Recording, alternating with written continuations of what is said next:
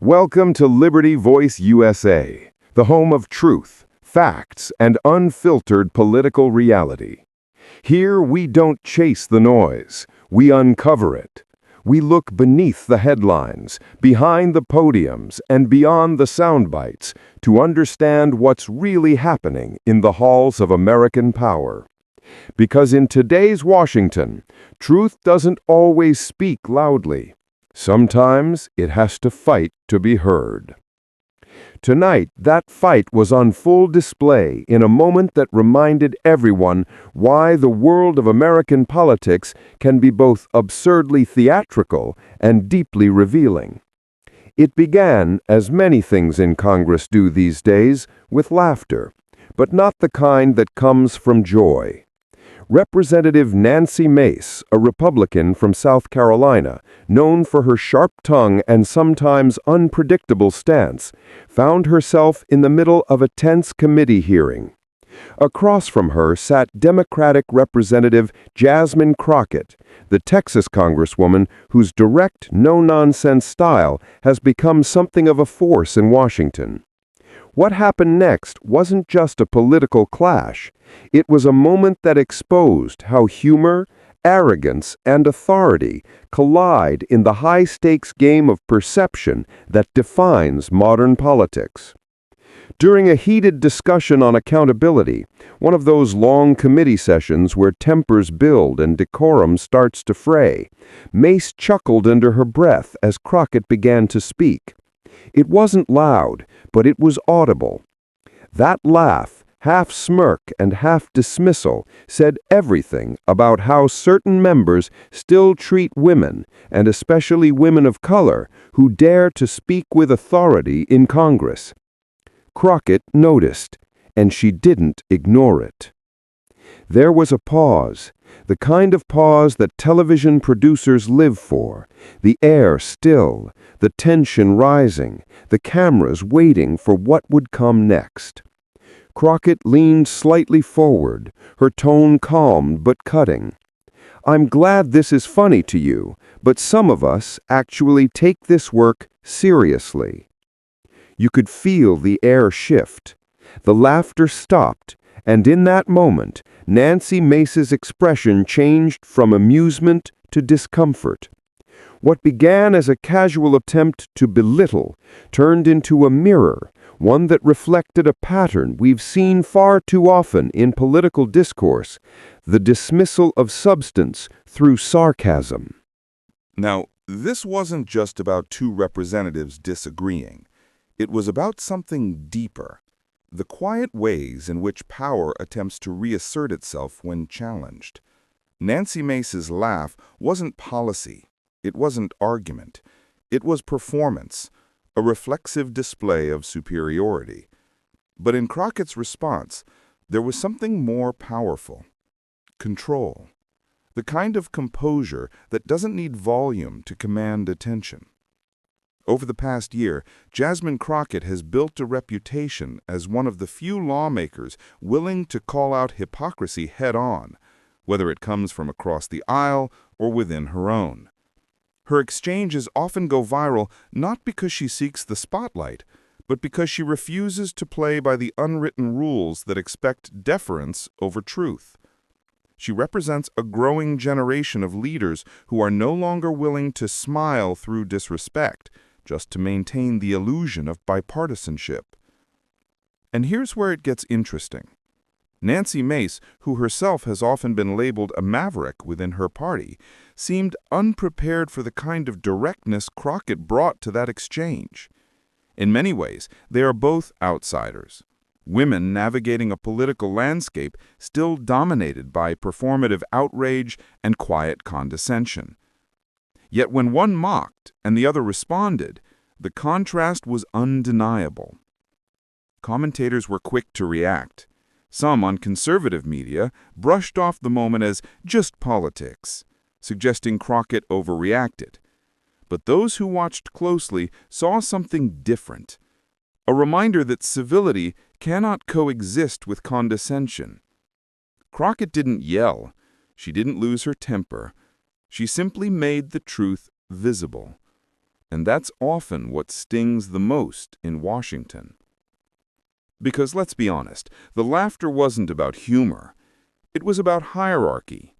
It was about reminding someone where they supposedly stand. And when Crockett refused to play along, it wasn't just Mace who froze. The room did.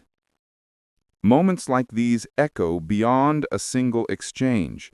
They reveal the silent battles happening every day in committees, hearings, and press briefings, where tone becomes a weapon and respect becomes negotiable.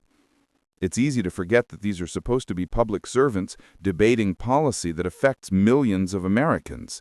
But too often, we see politics reduced to theater, smirks, sound bites, and scripted outrage, while the real issues, from healthcare to education to justice reform, remain buried beneath performance. Jasmine Crockett's composure, though, reminded viewers that dignity itself can be a political statement.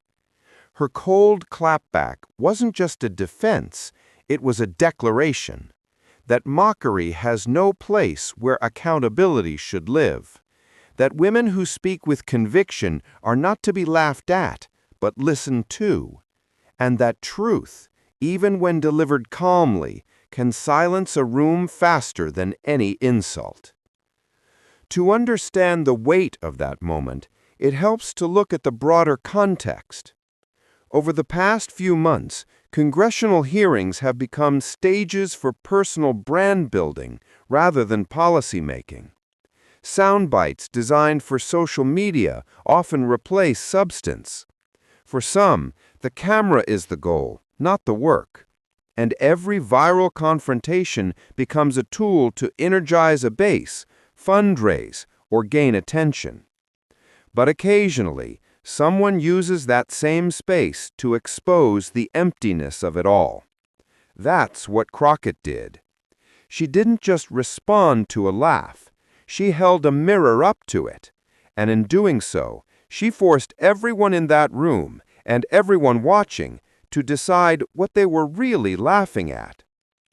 Nancy Mace, for her part, seemed almost immediately to realize that the moment had turned. Her brief amusement had become a viral clip, replayed endlessly across social media platforms, with commentary dissecting not her words, but her expression.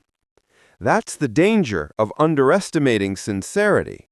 It tends to reveal the difference between those who perform politics and those who practice it. Political analysts have long said that Washington operates on two currencies, power and perception. When one falters, the other steps in.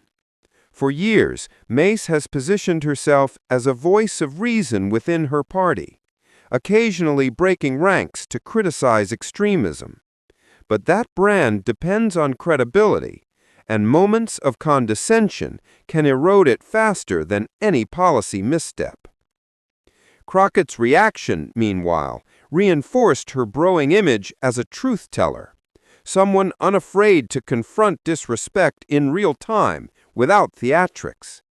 Her pause, her tone, her control, all of it conveyed something that words alone couldn't: authority without aggression.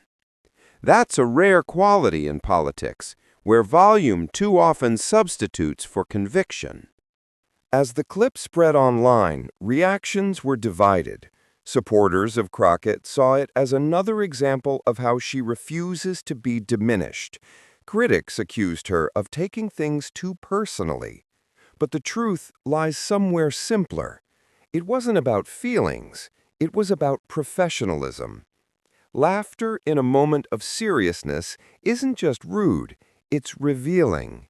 It shows who's treating governance as performance and who still believes in the weight of public service.